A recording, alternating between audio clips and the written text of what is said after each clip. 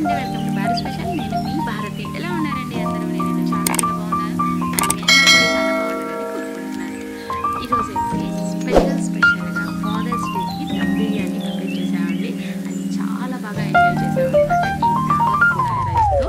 And ఇదేమి paid promotion కాదండి. So నేను ఎప్పుడు చేసినా కూడా ఈ రైస్తోనే ప్రిపేర్ చేసుకుంటాను. చాలా టేస్టీగా, అలానే చాలా పొడి పొడిలాడుతూ చాలా బాగా వస్తుందన్నమాట. సో అందుకని మీతో షేర్ చేశాను అనమాట. సో ఈ వీడియో చూసే ముందు మన ఛానల్ ఎవరైనా ఫస్ట్ చూసినామండి ప్లీజ్ సబ్స్క్రైబ్ చేయండి, అలానే పక్కన బెల్ ఐకాన్ క్లిక్ చేయండి. సో నేనైతే ఈ దావత్ పులావ్ రైస్ 3 కప్స్ ఒక బౌల్లోకి యాడ్ చేసుకుంటున్నాను అండి. సో 3 కప్స్ని యాడ్ చేసుకున్న తర్వాత చక్కగా వాటర్తో ఒకసారి క్లీన్ చేసేసి 3 కప్స్ రైస్కి 4 కప్స్ వాటర్ని యాడ్ చేసేసుకొని ఒక పక్కన పెట్టేసుకున్నాను అండి. అండ్ మనం ఏ కప్తో అయితే రైస్ని యాడ్ చేసేసుకుంటున్నామో అదే కప్తో వాటర్ని యాడ్ చేసుకుంటే కనుక కరెక్ట్గా వస్తుందండి రైస్ కుక్ అయినప్పుడు. సో ఇలాగ వాటర్ని యాడ్ చేసుకున్న తర్వాత దానిలో జస్ట్ ఒక 2 స్పూన్స్ ఆయిల్ కానీ గీ కానీ ఏదైనా కూడా యాడ్ చేసేయండి. అప్పుడు కొంచెం పొడి పొడిగా బాగా వస్తుందన్నమాట. సో అందులో మనం కావాల్సిన హోల్ మసాలా మొత్తం యాడ్ చేసేసి దానిలోనే ఒక బిర్యానీ ఆకు కూడా యాడ్ చేసేసి చక్కగా ఇలా కుక్ చేసేసుకున్నా అండి. సో ఇప్పుడు మీరే చూడండి ఎంత చక్కగా పొడి పొడిగా ఇలాగా కుక్ అయిన తర్వాత ఎంత చక్కగా వస్తుందో. సో దీన్ని అయితే కొంచెం చల్లారేలోపు మనం వెజిటేబుల్స్ని కట్ చేసేసుకొని వాటిని కుక్ చేసుకున్నామండి. ఏదైనా స్పెషల్ డేకి ఇలా పులావ్ కానీ బిర్యానీ కానీ చేసేసుకుంటే ఎంత బాగుంటుందో కదండి. అసలు ఆ రోజు అంత స్పెషల్గా ఉంటుంది అనమాట. సో ఇంక ఈ దమ్ బిర్యానీకి రైస్ అయితే కుక్ చేసేసుకున్నాం కదండి. సో వెజ్జెస్ని ఎలాగ ప్రిపేర్ చేసుకోవాలో చూద్దాం అనమాట. సో స్టవ్ మీద ఒక ప్యాన్ పెట్టేసుకొని కొంచెం ఆయిల్ని యాడ్ చేసేసి ఫస్ట్ అయితే ఇలాగ స్లైస్ చేసిన ఆనియన్స్ని, సన్నగా కట్ చేసిన ఆనియన్స్ని చక్కగా ఇలాగ ఫ్రై చేసుకోవాలండి.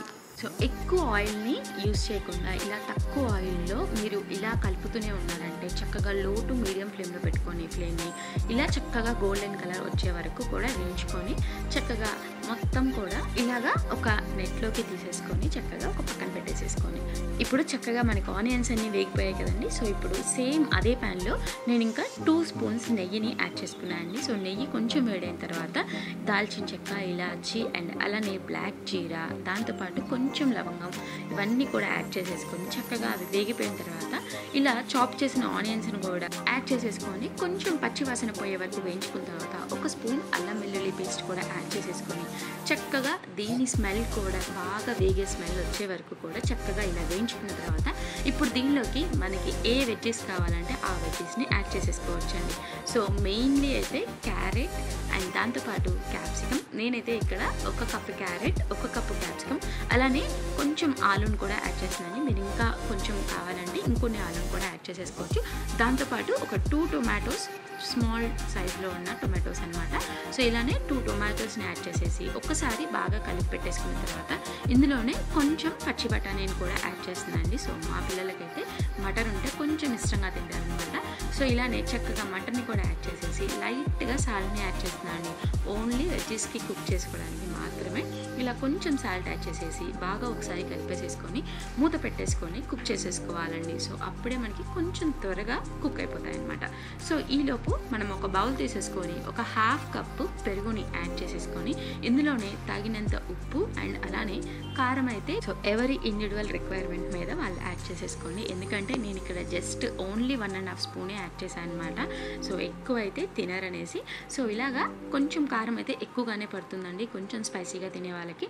అండ్ అలానే కొంచెం ధనియా పౌడర్, జీరా పౌడర్ అండ్ దాంతోపాటు కొంచెం గరం మసాలా పౌడర్ని ఇలా కలుపుకొని ఒక పక్కన పెట్టేసేసుకున్న తర్వాత ఇప్పుడు ఇంకొక బౌల్లో కొంచెం కుంకుమ పువ్వుని యాడ్ చేస్తున్నాయండి. ఒక 8 to 10 కానీ లేదంటే కొంచెం అనమాట. కొంచెం యాడ్ చేసేసి దానిలో కొంచెం పాలు పోసేసి కలిపేసుకొని ఈ రెండింటిని కూడా పక్కన పెట్టుకోవాలండి. ఇప్పుడు మనం ముందుగా కలిపిన పెరుగులో మసాలాస్ అన్నీ యాడ్ చేసేసాం కదండి. సో ఇప్పుడు దీన్ని మనం వెజ్జెస్ కుక్ అయిన తర్వాత మరీ ఎక్కువగా కుక్ చేయకండి. వెజ్జెస్ని ఇలా సగం కుక్ అయిన తర్వాత చక్కగా తీసేసేసి ఇలా ఒకసారి కలిపేసేసుకొని మనం ముందుగా కలిపిన మసాలా మిక్సర్ని కర్డ్లో కలిపి పెట్టుకున్నాం కదండి. సో దాన్ని చక్కగా దీనిలోకి యాడ్ చేసేసుకున్నాం అనమాట. సో దీన్నంతా కూడా యాడ్ చేసిన తర్వాత దీన్ని కొంచెం సేపు కుక్ చేసుకోవాలండి. అంటే మనకి ఆ పెరుగు అండ్ అలానే మసాలా ఫ్లేవర్స్ అన్నీ కూడా కొంచెం సేపు బాగా కుక్ అయిపోయిన తర్వాత కొంచెం ఆయిల్ అనేది పైకి ఫ్లోట్ అవుతూ ఉంటుందండి.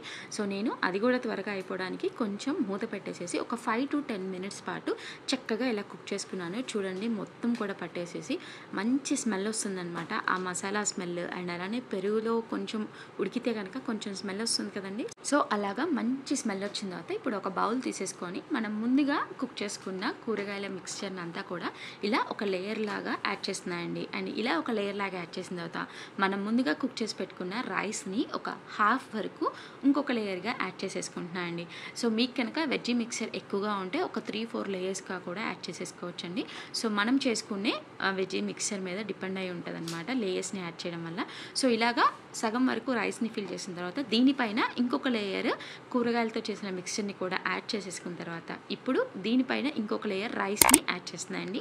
సో ఇలాగా మీకు ఎన్ని లేయర్స్ కావాలంటే అన్ని లేయర్స్గా ఫిల్ చేసేసుకొని సో ఇలా పైన అయితే కొంచెం మీకు థిన్ లేయర్గా రైస్ అయినా పెట్టేసుకోండి. కానీ పైన మాత్రం రైస్ లేయర్ ఉంటేనే బాగుంటుందండి. సో ఇలాగా ఫ్రై చేసిన ఆనియన్స్ని అలానే ఫ్రై చేసిన పన్నీర్ని కూడా యాడ్ చేసేసుకున్నాను అండి. మీరు పన్నీర్ కావాలంటే ఆ మసాలాస్లోనే యాడ్ చేసేసుకోవచ్చు, లేదంటే ఇలా పైన టాప్ లేయర్గా కూడా యాడ్ చేసేసుకోవచ్చు.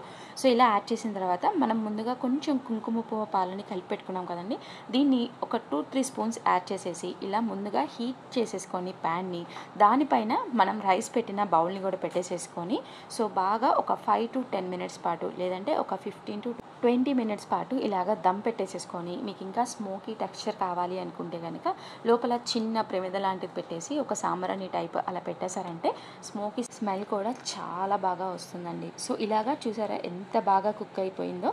సో ఇలాగా ఈజీగా దమ్ బిర్యానీని ప్రిపేర్ చేసేసుకోవచ్చండి. సో ఇలా కొత్తగా ఫస్ట్ టైం ట్రై చేసిన వాళ్ళు కూడా చాలా చక్కగా ఈజీగా ప్రిపేర్ చేసేసుకోవచ్చు అనమాట. సో దీన్ని పెరుగు చట్నీతో సర్వ్ చేసుకున్నారంటే ఇంకా దమ్ బిర్యానీ సూపర్గా ఉంటుందండి. సో మీకు నచ్చితే లైక్ చేసి షేర్ చేయడం మాత్రం మర్చిపోకండి.